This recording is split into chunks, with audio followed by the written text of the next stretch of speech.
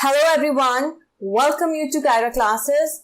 This is my fourth lecture of class 12 biology, chapter 11, biotechnology principles and processes. जैसे कि हमने पिछले lecture में tools of recombinant DNA technology का सब टॉपिक जिसका नाम था रेस्ट्रिक्शन एंजाइम्स वो कंप्लीट किया था. आज हम उसे ही tools of recombinant DNA technology को कंटिन्यू करेंगे with the other sub topic जिसका नाम है क्लोनिंग वेक्टर्स. तो आज हम पढ़ेंगे क्लोनिंग वेक्टर्स के बारे में. वीडियो स्टार्ट करने से पहले अगर आपने अभी तक मेरे चैनल को सब्सक्राइब नहीं किया है तो प्लीज सब्सक्राइब करें कायरा क्लासेस को, जिससे कि आप मेरी कोई भी वीडियो मिस ना कर पाए. Thank you.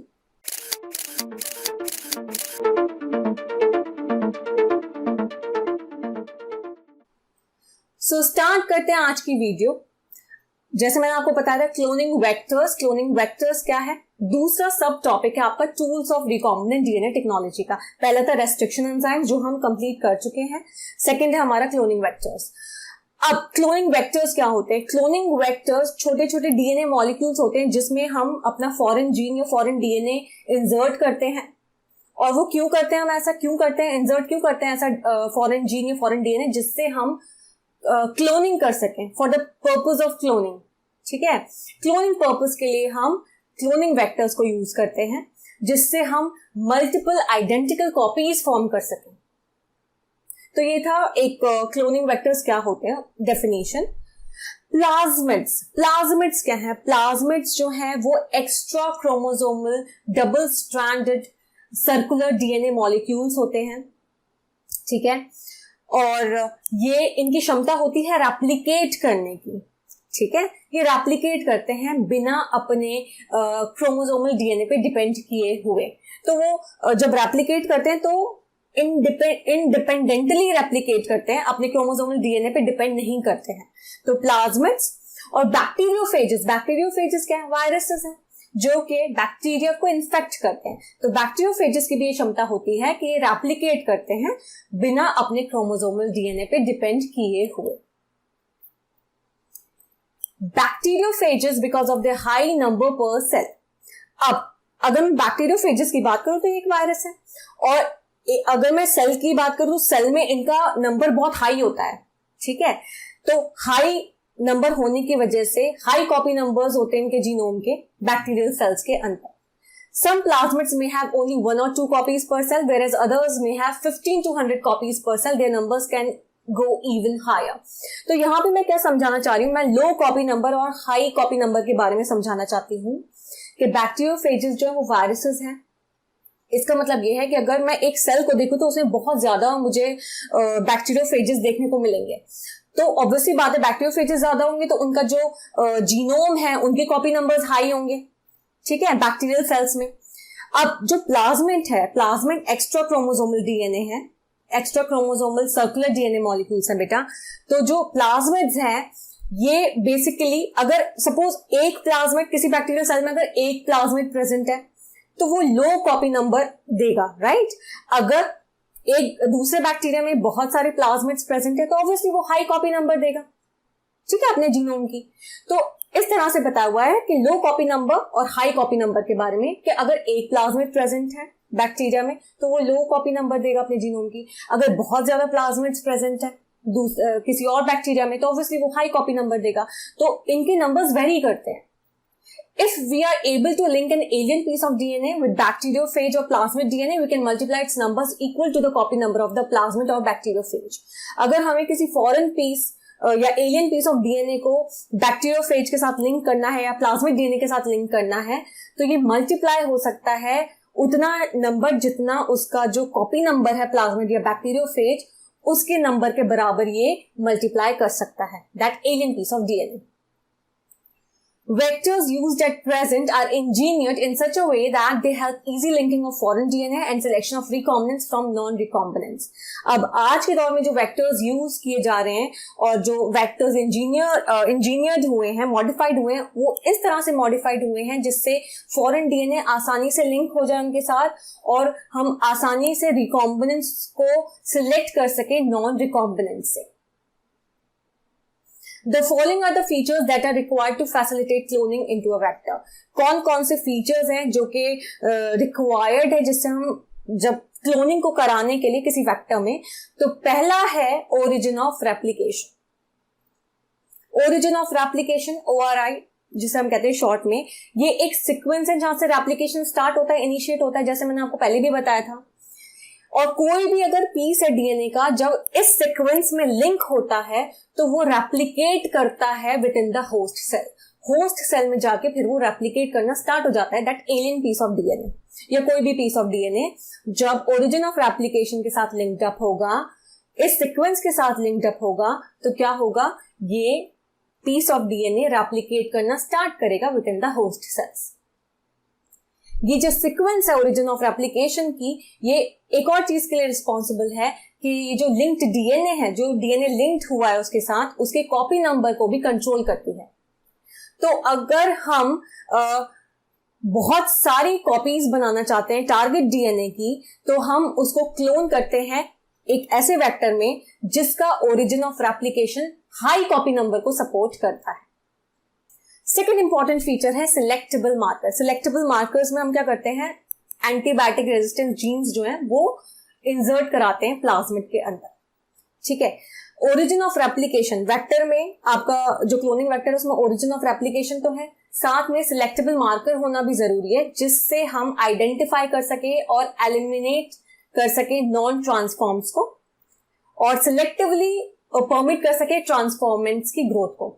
सो ट्रांसफॉर्मेंट्स और नॉन ट्रांसफॉर्मेंट्स के बीच में हम बेसिकली उन्हें आइडेंटिफाई कर सके कि कौन से ट्रांसफॉर्मेंट्स हैं, कौन से नॉन ट्रांसफॉर्मेंट्स हैं, और जो नॉन ट्रांसफॉर्मेंट्स हैं उनको फिर एलिमिनेट कर दें और जो ट्रांसफॉर्मेंट्स हैं उनकी जो है उनकी ग्रोथ करवा सके सिलेक्टेबल मार्कर के यूज से। Transformation is a procedure through which a piece of DNA is introduced in a host bacterium. तो ट्रांसफॉर्मेशन एक ऐसा प्रोसीजर, एक ऐसा प्रोसेस है जिसमें हम एक्सोजेनस डीएनए, एक्सोजेनस मतलब जो बाहर का डीएनए है, उसे हम इंट्रोड्यूस करा रहे हैं होस्ट बैक्टीरियम में। नॉर्मली जो जीन्स इनकोड करती हैं रेजिस्टेंस टू एंटीबायोटिक जैसे एम्पिसिलिन, क्लोराम्फेनिकोल, टेट्रासाइक्लिन और केनामाइसिन, ये सिलेक्टेबल मार्कर्स हैं ई कोलाई के लिए। They are useful selectable markers for E coli. So genes जो कि एक तरह से रेजिस्टेंस प्रोवाइड कर रही है इन एंटीबायोटिक्स के अगेंस्ट, जैसे एम्पिसिलिन है, क्लोराम्फेनिकोल, टेट्रासाइक्लिन है, केनामाइसिन है, ये जो है बेसिकली ये जीन्स सिलेक्टेबल मार्कर्स की तरह यूज की जाती है ई कोलाई के लिए। क्योंकि नॉर्मल ई कोलाई सेल्स की अगर मैं बात करूं, वो कोई भी रेजिस्टेंस कैरी नहीं करते against any of these antibiotics. तो इनमें से कोई भी एंटीबायोटिक्स के अगेंस्ट जो है ये normal E coli cells resistance carry नहीं करते हैं। थर्ड इंपॉर्टेंट फीचर है क्लोनिंग वेक्टर का क्लोनिंग साइट्स का होना।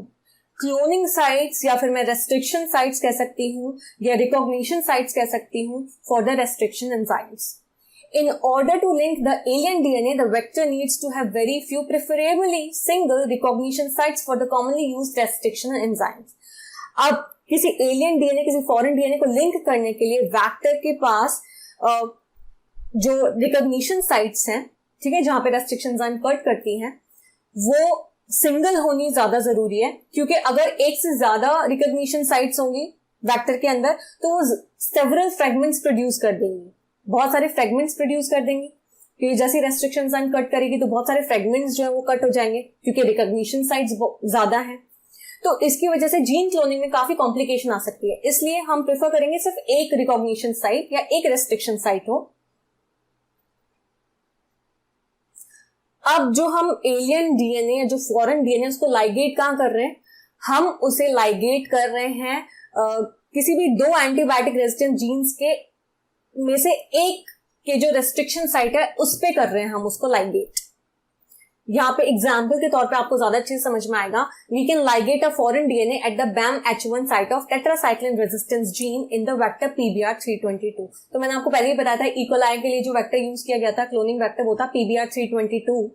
तो यहाँ पे एग्जाम्पल के तौर पे इन्होंने बताया कि हम एक फॉरेन डीएनए या एलियन पीस ऑफ डीएनए को BAMH1, आप देख सकते हो डायग्राम में जो पिंक वाला पोर्शन है BAMH1 right hand side, BAMH1 जो है वो टेट्रासाइक्लिन की साइट है ना। तो उसमें हम क्या कर सकते हैं, हम अपना जो फॉरेन डीएनए उसको लाइगेट कर सकते हैं। सो जैसे मैंने भी आपको बताया था कि डीएनए का जो एलियन पीस ऑफ डीएनए उसे हम लाइगेट कर सकते हैं ये किसी भी दो एंटीबायोटिक रेजिस्टेंस जीन्स में से किसी एक के रेस्ट्रिक्शन साइट पे, तो यहाँ पे हमने BAMH1 साइट ली है टेट्रासाइक्लिन रेजिस्टेंस जीन की, वहां पे हमने क्या किया है, लाइगेट किया है foreign DNA. Antibiotic resistance gene, जैसे मैंने आपको पहले ही भी बताया है, एंटीबायोटिक रेजिस्टेंस जीन्स क्या होती हैं, वो जीन्स जो कि एंटीबायोटिक्स के अगेंस्ट रेजिस्टेंस प्रोवाइड करती हैं। फॉर एग्जाम्पल, अगर मैं बात करूं टेट्रासाइक्लिन रेजिस्टेंस जीन, तो इसका मतलब जो जीन है वो टेट्रासाइक्लिन के अगेंस्ट रेजिस्टेंस प्रोवाइड कर रही है। इसका मतलब है अगर आप कोई मीडियम ले रहे हो उसमें टेट्रासाइक्लिन एंटीबायोटिक प्रेजेंट है और आपने एक बैक्टीरिया जिसमें प्लाज्मिड है और प्लाज्मिड में आपका ये टेट्रासाइक्लिन रेजिस्टेंस जीन प्रेजेंट है, तो अगर आपने बैक्टीरिया को उसमें डाला उस मीडियम में जिसमें टेट्रासाइक्लिन एंटीबायोटिक है, तब भी वो बैक्टीरिया जो है वो सरवाइव कर पाएगा because of this tetracycline resistance gene. अब यहाँ पे आप डायग्राम में देख सकते हो E coli cloning vector PDR 322, इसमें रेस्ट्रिक्शन साइट्स शो किए गए हैं, हाइंड 3 को R1 BAMH1 वो साइट है टेट्रासाइक्लिन रेजिस्टेंस जीन की जिसमें हम अपना foreign DNA, alien piece of DNA को इंटीग्रेट कर रहे हैं, लाइगेट कर रहे हैं। SAL1 PVU2 PST1 CLA1, ठीक है। ओरिजिन ऑफ रेप्लिकेशन यहाँ पे दिया हुआ है, antibiotic resistance genes ampicillin R and tetracycline R, ठीक है। ROP drop codes for the proteins involve in the replication of the plasmid. Drop क्या है आपका, ड्रॉप जो है वो कोड कर रहा है प्रोटीन्स को जो कि रेप्लिकेशन, प्लाज्मिड के रेप्लिकेशन के लिए इन्वॉल्व है। तो ये एक डायग्राम है PBR 322 का। The recombinant plasmids will lose tetracycline resistance due to insertion of foreign DNA but can still be selected out from non-recombinant ones by plating the transformants on ampicillin containing medium। अब जो recombinant plasmid हैं वो tetracycline resistance lose कर देंगे। क्यों? क्योंकि वहां पे तो हमने BAMH1 साइट जो थी tetracycline resistance जीन की, उसमें हमने foreign DNA ligate किया था। तो फॉरेन डीएनए के इंसर्शन से क्या होगा, जो टेट्रासाइक्लिन रेजिस्टेंस था वो लूज कर देंगे रिकॉम्बिनेंट प्लाज्मिड्स, लेकिन स्टिल हम उनको सिलेक्ट कर सकते हैं फ्रॉम नॉन रिकॉम्बिनेंट वंस। कैसे? अगर हम उसे उनकी प्लेटिंग करें, बेसिकली अगर हम ट्रांसफॉर्मेंट्स की प्लेटिंग करें ऑन एम्पिसिलिन कंटेनिंग मीडियम, तो एम्पिसिलिन कंटेनिंग मीडियम में अगर हम ट्रांसफॉर्मेंट्स की प्लेटिंग करें तब हम क्या कर सकते हैं, सिलेक्ट कर सकते हैं रिकॉम्बिनेंट प्लाज्मिड्स को फ्रॉम नॉन रिकॉम्बिनेंट वंस।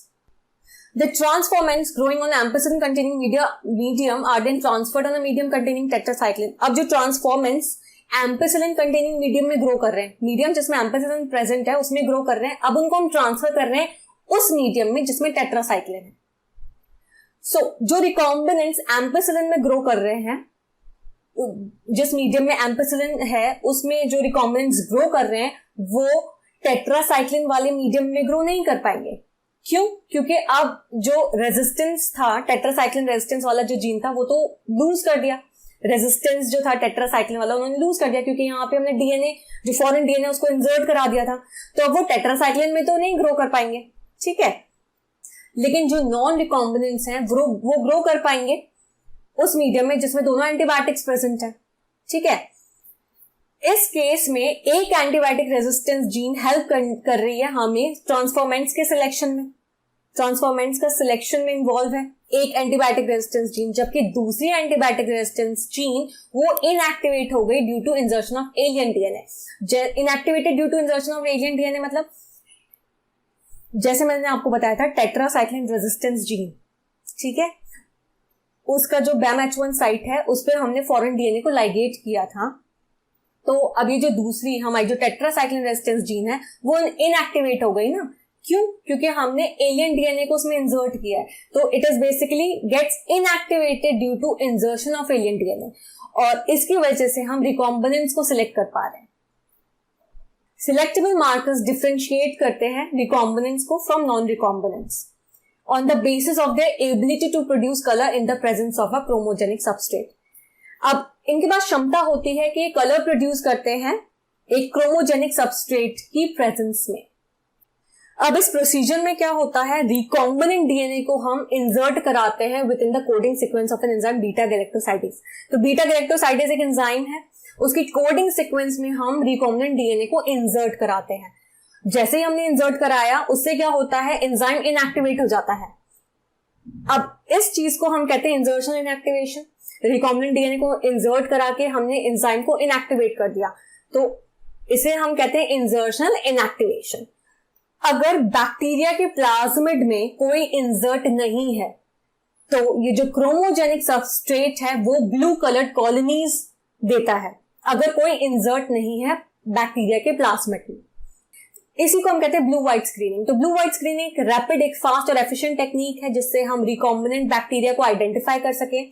और ये ब्लू व्हाइट स्क्रीनिंग किस पे डिपेंड करती है? It depends on the activity of enzyme beta galactosidase.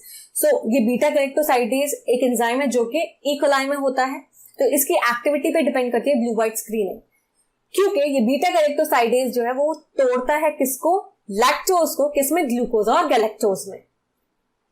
जैसे मैंने आपको पहले बताया था कि इंसर्ट नहीं था तो हमें ब्लू कलर्ड कॉलोनीज जो थी वो मिल रही थी, लेकिन अगर इंसर्ट है प्लाज्मिड में, ठीक है, जिसकी वजह से इंसर्शनल इनएक्टिवेशन होगा बीटा गैलेक्टोसाइडेज एंजाइम का, ठीक है, और ये जो बीटा गैलेक्टोसाइडेज एंजाइम है ये लैक्टोज को नहीं तोड़ पाएगी, ठीक है, तो उससे क्या होगा? कॉलोनीज जो है वो कोई कलर प्रोड्यूस नहीं कर पाएंगी और इसे हम कहते हैं रिकॉम्बिनेंट कॉलोनीज। तो जब हमें कोई कलर प्रोड्यूस होता हुआ नहीं दिखेगा तो उसे हम कहते हैं रिकॉम्बिनेंट कॉलोनीज। इसका मतलब ये है कि जरूर उस प्लाज्मिड में कोई फॉरेन डीएनए या कोई फॉरेन जीन इंसर्टेड है जिससे इंसर्शनल इनएक्टिवेशन हुआ है बीटा गैलेक्टोसाइडेज एंजाइम का। सो फोर्थ फीचर है factors for cloning genes in plants and animals. Agrobacterium tumefaciens एक पैथोजन है, बहुत सारे डाइकॉट प्लांट्स का एक पैथोजन है। पैथोजन मतलब ऑब्वियसली डिजीज कॉजिंग है ये ऑर्गेनिज्म। तो ये पैथोजन जो है बहुत सारे डाइकॉट प्लांट्स में क्या करता है? ये अपना पीस ऑफ डीएनए डिलीवर करता है जिसे हम कहते हैं टी डीएनए। उस पीस ऑफ डीएनए को हम कहते हैं टी डीएनए, और ये बहुत सारे प्लांट्स में अपना टी डीएनए जो है वो डिलीवर करता है जिससे normal plant cells tumorous cells बन जाते हैं। नॉर्मल प्लांट सेल्स किसमें ट्रांसफॉर्म हो जाते हैं? ट्यूमरस सेल्स में। और ये ट्यूमर सेल्स क्या करते हैं? ये केमिकल्स को प्रोड्यूस करते हैं जो उस पैथोजन को, जिन केमिकल्स की रिक्वायरमेंट है उनसे ये ट्यूमर सेल्स जो है वो प्रोड्यूस करवाते हैं। और फिर ये जो ट्यूमर सेल्स हैं ये प्रोड्यूस करते हैं केमिकल्स को, जो भी केमिकल्स की जरूरत होगी पैथोजन को, तो ये ट्यूमर सेल्स जो है वो केमिकल्स को प्रोड्यूस करते हैं रिक्वायर्ड बाय द पैथोजन। ऐसे ही रेट्रोवायरसेस जो होते हैं एनिमल्स में, उनके पास एबिलिटी होती है कि वो नॉर्मल सेल्स को कैंसरस सेल्स में ट्रांसफॉर्म कर सकें, चेंज कर सकें। Tumour inducing plasmid of Agrobacterium tumefaciens has now been modified into a cloning vector which is no more pathogenic to the plants but is still able to use the mechanisms to deliver genes of our interest into a variety of plants. अब ये जो tumour inducing plasmid है Agrobacterium tumefaciens को, उसको modify कर दिया गया है किसमें? क्लोनिंग वेक्टर में। तो अब ये पैथोजेनिक नहीं रहा है प्लांट्स के लिए, और इसे हम काफी इसे मैकेनिज्म्स के लिए यूज किया जाता है जिससे हम जीन्स, जो भी जीन ऑफ इंटरेस्ट है हमारी, उसको हम डिलीवर कर सकें वैरायटी ऑफ प्लांट्स में। तो ट्यूमर इंड्यूसिंग प्लाज्मिड जो है एग्रोबैक्टीरियम का, वो अब पैथोजेनिक नहीं रहा। क्यों? क्योंकि हमने उसको मॉडिफाई कर लिया, जेनेटिक इंजीनियरिंग के थ्रू मॉडिफाई किया गया होगा, क्लोनिंग वेक्टर में इसको मॉडिफाई कर लिया गया है। तो इससे हम क्या कर सकते हैं? अब हम अपने जीन ऑफ इंटरेस्ट को क्या कर सकते हैं? डिलीवर करा सकते हैं इनटू वैरायटी ऑफ प्लांट्स। ऐसे ही रेट्रोवायरसेस भी जो हैं वो डिसआर्म्ड हो चुके हैं, अब वो बेसिकली हार्म नहीं पहुंचाते हैं and are now used to deliver desirable genes into animal cells. So once a gene or a DNA fragment has been ligated into a suitable vector, it is transferred into a bacterial, plant or animal host where it multiplies. तो ऐसे ही retroviruses जो है, मैंने अभी आपको बताया, ये भी अब हार्मफुल नहीं रहे, ये भी एक तरह से मॉडिफाई कर दिए गए क्लोनिंग वेक्टर में जिससे हम अपने डिजायरेबल जीन्स को डिलीवर करा सके एनिमल सेल्स में। सो once a gene or a DNA fragment has been ligated into a suitable vector, जो भी suitable vector है, अगर उसमें हमने एक बार जीन को या डीएनए फ्रैगमेंट को लाइगेट करा दिया तो फिर हम उसको ट्रांसफर कर सकते हैं बैक्टीरियल, प्लांट या एनिमल होस्ट सेल में, जहां पे वो मल्टीप्लाई करेंगे, अपनी कॉपीज बढ़ाते हैं। So tools of recombinant DNA technology होता है हमारा खत्म। अब हमारा स्टार्ट होता है नया टॉपिक जिसका नाम है कॉम्पिटेंट होस्ट, मतलब acceptable host for transformation with recombinant DNA. अब डीएनए जो है वो हाइड्रोफिलिक मॉलिक्यूल है, ठीक है, वाटर लविंग मॉलिक्यूल है, तो ये जो सेल मेम्ब्रेन है उसको पास नहीं कर सकता because cell membrane is made up of lipid bilayer, ठीक है, हाइड्रोफोबिक होती है नेचर में, तो डीएनए उसको पार नहीं कर सकता। तो In order to force bacteria to take up the plasmid, the bacterial cells must first be made competent to take up DNA. तो अब मुझे बैक्टीरिया को फोर्स करना है कि वो प्लाज्मिड को ले सके. इसके लिए बैक्टीरियल सेल्स को सबसे पहले कॉम्पिटेंट बनाना पड़ेगा जिससे वो डीएनए को ले सके. कॉम्पिटेंट मतलब एक्सेप्टेबल बनाना पड़ेगा जिससे वो डीएनए को ले सके. अब ये किस तरह से हम इन्हें कॉम्पिटेंट बना सकते हैं? तो डिफरेंट मेथड्स हैं. पहला है अगर हम बैक्टीरियल सेल्स को एक specific concentration of a divalent cation जिसका नाम कैल्शियम है उसे ट्रीट कराएं.